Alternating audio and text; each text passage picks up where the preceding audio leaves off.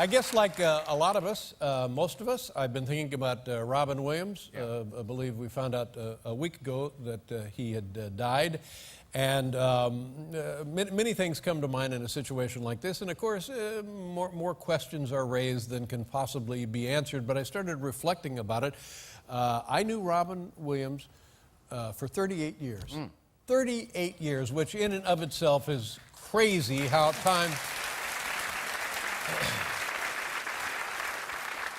And I met him at the Comedy Store. He and I were kids, along with myself and Jay Leno and Tom Dreesen and Tim Thomerson and Johnny Dark and Elaine Boosler and on and Jimmy Walker, and we were all out there at the Comedy Store, and we wanted to make people laugh. We wanted to get on the Tonight Show. We wanted something because we all felt that we were funny, and we would, in those days we were working for free drinks. Some were working for more free drinks than others. So what you would do is you would go on stage, and then you do your little skits, and then you would come off stage, and if there was a new guy coming on, you'd want to stick around and make fun of the new guy. Sure. Because we were all worried that, somebody else is coming in who's really funny, and then we'll have to go back, in my case, to Indiana. Yes. And I can remember the night my friend George Miller and I, who was a very funny comic and was on this show many times, we were at the Comedy Store, and they introduced Robin Williams. And for some reason, in the beginning, he was introduced as being from Scotland. They said he was Scottish. I see. So now we're stumped. We don't know. There's a Scottish guy really coming to the United States. So we're feeling pretty smug about our position right away because it's going to be haggis and that kind of crap. Yeah. So we're relaxed. We're ready to go. And all of a sudden he comes up on stage, and you know what it is. It's like nothing we had ever seen before, nothing we had ever imagined before. We go home at night and are writing our little jokes about stuff, and this guy comes in, and we're like, like morning dew. He comes in like a hurricane. Yeah. And now, the longer he's on stage, the worse we feel about ourselves. And because it's not stopping. Yeah. Doesn't stop. And then he finishes, and I thought, that's it. They're going to have to put an end to show business because what can happen after this? And then we get to see this night after night after night, and we didn't approach him because we were afraid of him. Honest to God, you thought, holy crap, there goes my chance at show business because of this guy from Scotland. And then, like shot out of a cannon, he goes and he's on the Happy Days show. Yeah. And then from the Happy Days show, he gets to be on Mork and Mindy. Now there's some structure to his life. He's not at the Comedy Store every night because he's got an actual job. So the rest of us can pretend that it never happened. but yet then he goes from Mork and Mindy, and then he starts making movie after movie after movie. He's nominated 4 times for an Academy Award, and it wasn't really until Paul and I started the NBC version of this show, which, by the way, is still running in Mexico. It is. Very popular.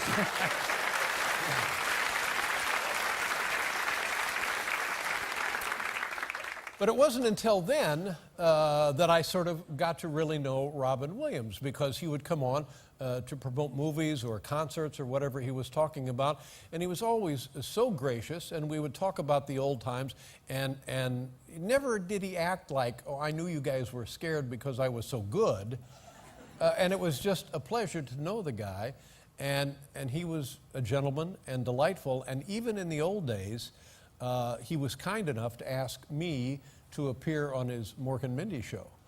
Now, this is a double-edged sword.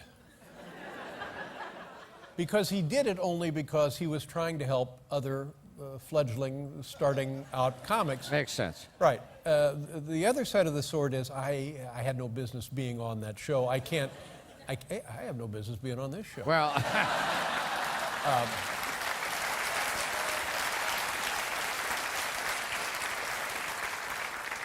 But he was nice. He gave me a job, and Yeah. so and in those days, jobs were hard to come by. And there I was, and I was on Mork and Mindy, and I can remember between the dress rehearsal and the actual taping of the show, the director of the program, Howard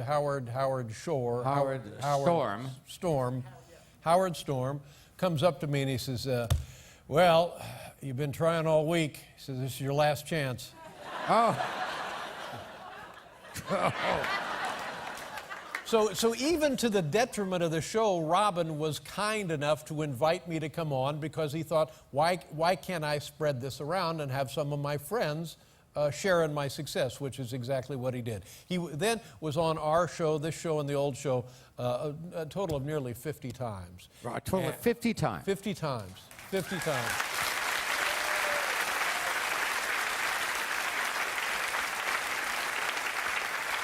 And two things would happen because Robin was on the program. One, I didn't have to do anything. Yes. All I had to do was sit here and watch the machine. Yeah. And two, people would watch. If they knew Robin was on the show, the viewership would go up because they wanted to see Robin. Yeah. And believe me, that wasn't just true of television.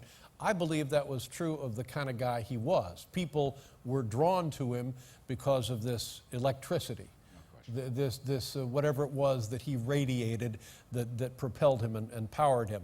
And then he came on, when I came back after my heart surgery, right. Robin was nice enough to come on that night, and it was very, very funny and very, very appropriate. And here's a picture that I will now cherish even more than I had previously. There are 4 people right there.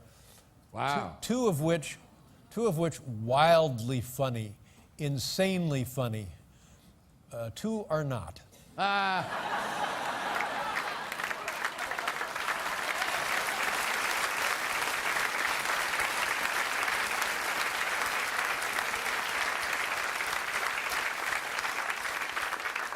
The handsome woman there is Mitzi Shore. She owned the Comedy Store. We all, the 3 of us, worked there. I think Robin and I, it'd be safe to say, we started there. Richard Pryor was already Richard Pryor, but he would work there.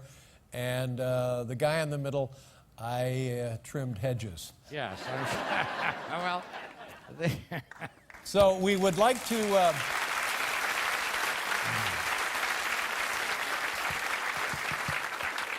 We put together a segment of Robin Williams' appearances, and moreover, more than anything, it will make you laugh, and really that's what we should take from this, is he could make you laugh under any circumstances. Here he is on our show. It's from the Gandhi on Ice collection.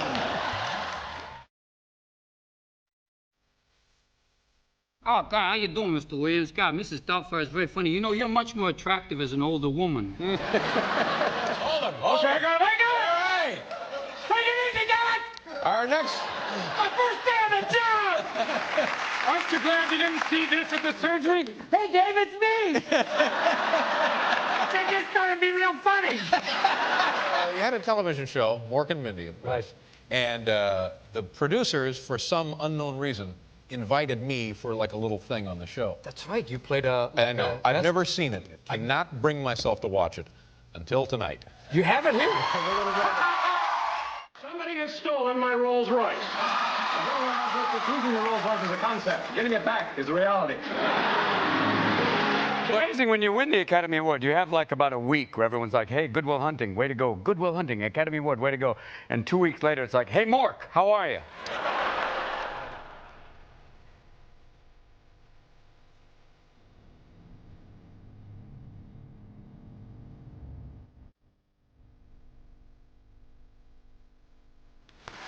God bless you, my friend.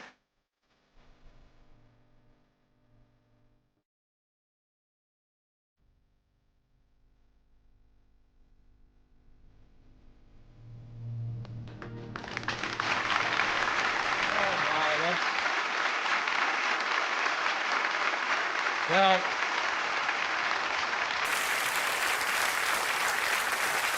what I will add here is beyond being Very talented man and a good friend and a gentleman. I'm sorry, like everybody else, I had no idea that the man was in pain, that the man was suffering.